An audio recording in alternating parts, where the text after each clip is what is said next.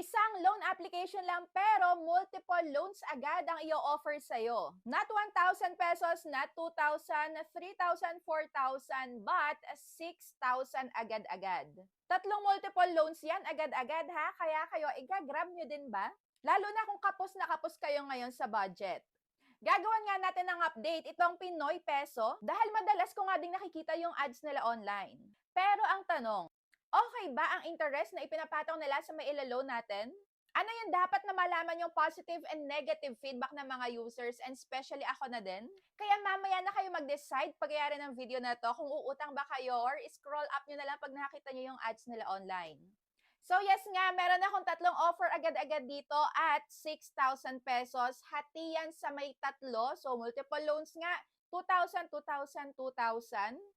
Pero syempre, computein nga natin itong mga details ng fees nila, yung interest, dahil ang baba nung nakalagay dito.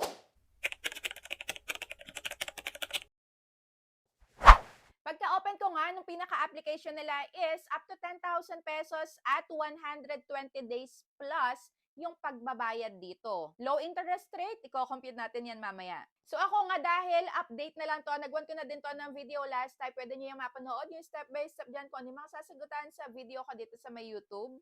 And after ko nga i-apply now to, ay may pa-selfie sila. And after ng selfie, ipapakita na sa iyo yung mga offers. So ako nga, ang laki nung nakalagay dito, 10,500. Pero akala ko up to 10,000 lang yung maximum nila. Tapos, madami pa dito nakalagay sa ibaba. So, syempre, dito ako sa may 100% successful. And for the apply sa 10,500. And may pa-countdown pa nga sila dito at akala ko naman ay 10,000 agad-agad, pero 6,000 lang pala. Pero still, 100% successful daw, kaya cash out ko na to.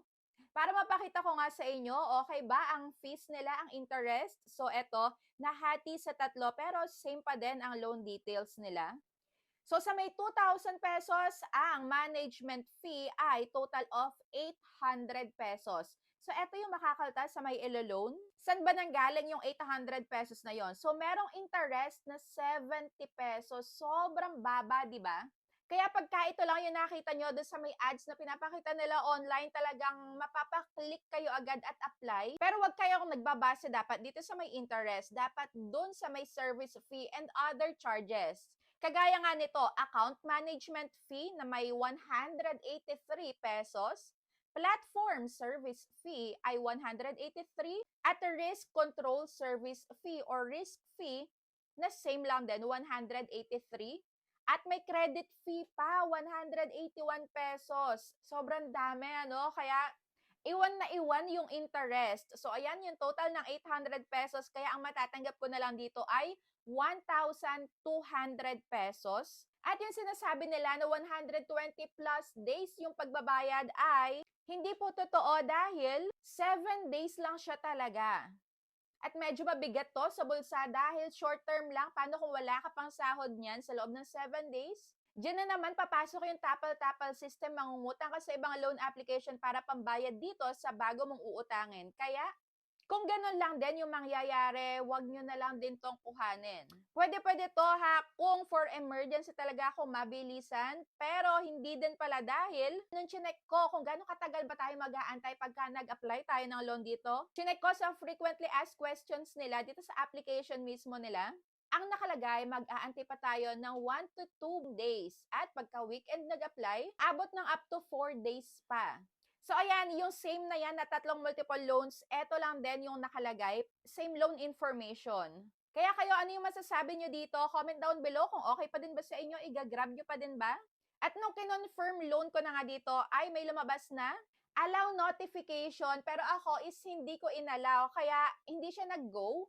Kaya nagpunta pa ako sa setting ng app ko para i-grant yung kanilang notification and nun pa lang nag-confirm. Kaya ayan, application has been submitted. At yung tatlo na yan ay in progress na. Pero mag-aantay pa nga ako ng 1 to 2 banking days. Pero ang mahalaga, napakita ko na sa inyo kung okay ba yung interest, yung mga matatanggal. Okay ba sa inyo yon? Sobrang laki ng makakaltas, 800 pesos. Kainaman naman dito, hindi na tayo manghuhula kung saan ba napunta yung mga fees na yan, yung 800 pesos nakalagay na dito agad-agad. Pagka naman kinumpute na natin dito, gaano ba yung pinaka-interest na papasok? Proof amount ay 2,000 pesos pero ang actual na matatanggap ko ay 1,200 kaya ang total deduction ko ay 800, ang loan term 7 days. So ngayon, pag kinumpute natin, nasa 66.67% ang interest or fees na aabutin in just 7 days lang.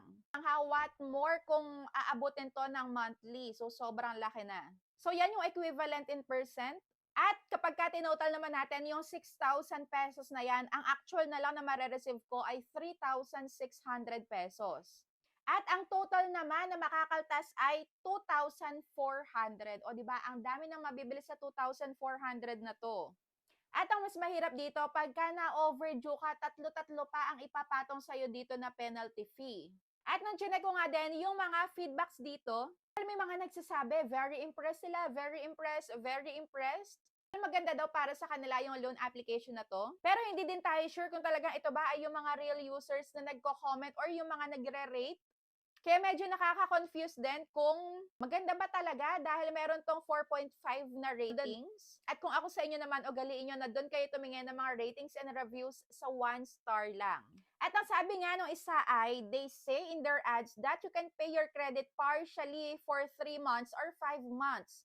But it didn't. And one thing that I don't like about this app is that you have loan of 9,000 pesos, then the amount that you have to receive is around 3,000 pesos. So, same kami, pero ito mas mababa yung kanya. At yung the rest nga is yung interest and hidden fees. And wag din kayo magbabase sa may mga ads ng mga loan applications, lahat ng mga loan applications. Huwag kayo magbase doon sa may pinapakita nila. Doon kayo magbase sa may talagang actual na application. At bago kayo mag-go, busisiin nyo muna kung ano-ano ba yung mga makakaltas at kung kailan yung due date.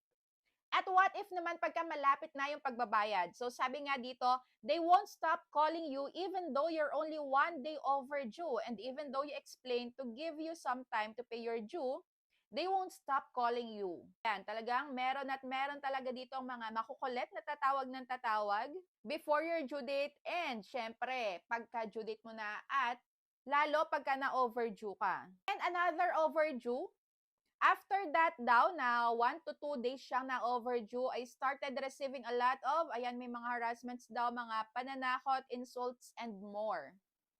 So kung ako naman yung tatanungin nyo, pwede ba tong utangan? Pwede pa din. Kung meron kayong pagbabayaran na alam nyo na yung due date nyo na in 2 days, kailangan bayaran nyo na like pang bayad ng kuryente, ng tubig. Tapos wala pa yung sahod nyo, pwede nyo utangan to. Pero kung ipangtatapal nyo lang sa ibang ola nyo, wag na lang. Wag nyo na lang subukan dahil masasakit yung ulo nyo. So that's it for today's update. Kung meron pa kayong gustong gawa ng update ng loan application na bago nyong nakikitang ads, comment down below para ma-review ko yan para sa inyo. And lagi ko sinasabi, always be a responsible borrower. Pag kayang bayaran, go. Pero pagka hindi, huwag nyong ituloy. So thank you for watching and see you on my next vlog. Bye!